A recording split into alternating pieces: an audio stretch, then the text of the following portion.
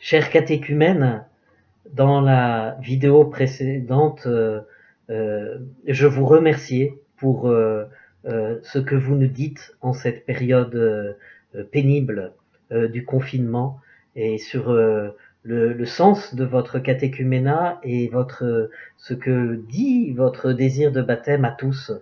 Euh, et je voudrais aussi vous dire quelque chose. Euh, Aujourd'hui, vous expérimentez douloureusement ce que c'est que être membre du corps du Christ.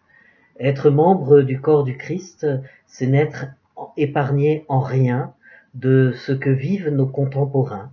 C'est d'abord être pleinement plongé dans ce monde et dans cette condition humaine, partager les angoisses et les peines de notre temps, pas seulement aussi les espoirs et les joies, mais actuellement on est plutôt plongé dans une période un peu d'angoisse et de peine avec cette pandémie. Eh bien, voilà, c'est être un peu à l'image du Seigneur. D'ailleurs, le Seigneur dit le disciple n'est pas au-dessus de son maître. Le Seigneur, il y a 2000 ans, quand il est venu nous visiter, quand il est venu partager la vie des hommes, se faire l'un d'entre nous. Il n'a été épargné ni par la douleur, ni par l'injustice de la souffrance et du mal, ni par l'inquiétude et l'angoisse, ni par l'épreuve du deuil, ni même par la mort.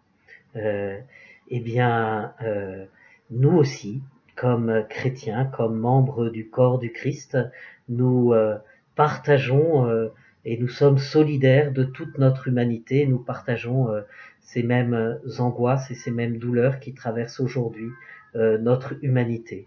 Mais nous pouvons le vivre en enfants de Dieu, et c'est-à-dire à la suite du Christ, par lui, avec lui et en lui, faire monter vers Dieu la prière des justes qui crient vers le Seigneur. Jusqu'à quand, Seigneur, devrons-nous vivre cette épreuve? Délivre-nous du mal, Seigneur. Et nous pouvons le faire avec confiance parce que par la passion et la résurrection de Jésus, Dieu notre Père nous a révélé la victoire de son amour sur toutes les puissances du mal et sur toutes les épreuves que nous pouvons traverser.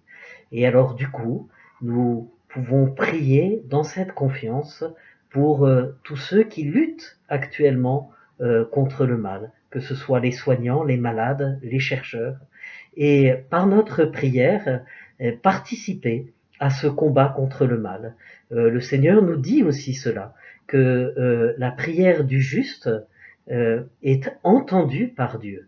Et si nous savons aussi par la parole de Dieu que Dieu ne nous sauve pas malgré nous, et que s'il doit nous délivrer du coronavirus, il le fera aussi à travers des hommes et de femmes de bonne volonté, qui sont ceux qui luttent aujourd'hui contre la maladie, eh bien, il nous dit aussi que notre prière est une œuvre de miséricorde, est une action bonne que nous pouvons vivre aujourd'hui. Ne doutons pas que notre prière est un moyen aussi efficace de lutter contre la maladie aujourd'hui et nous permet de soutenir de façon très réelle et concrète ceux qui sont en première ligne dans ce combat. Amen.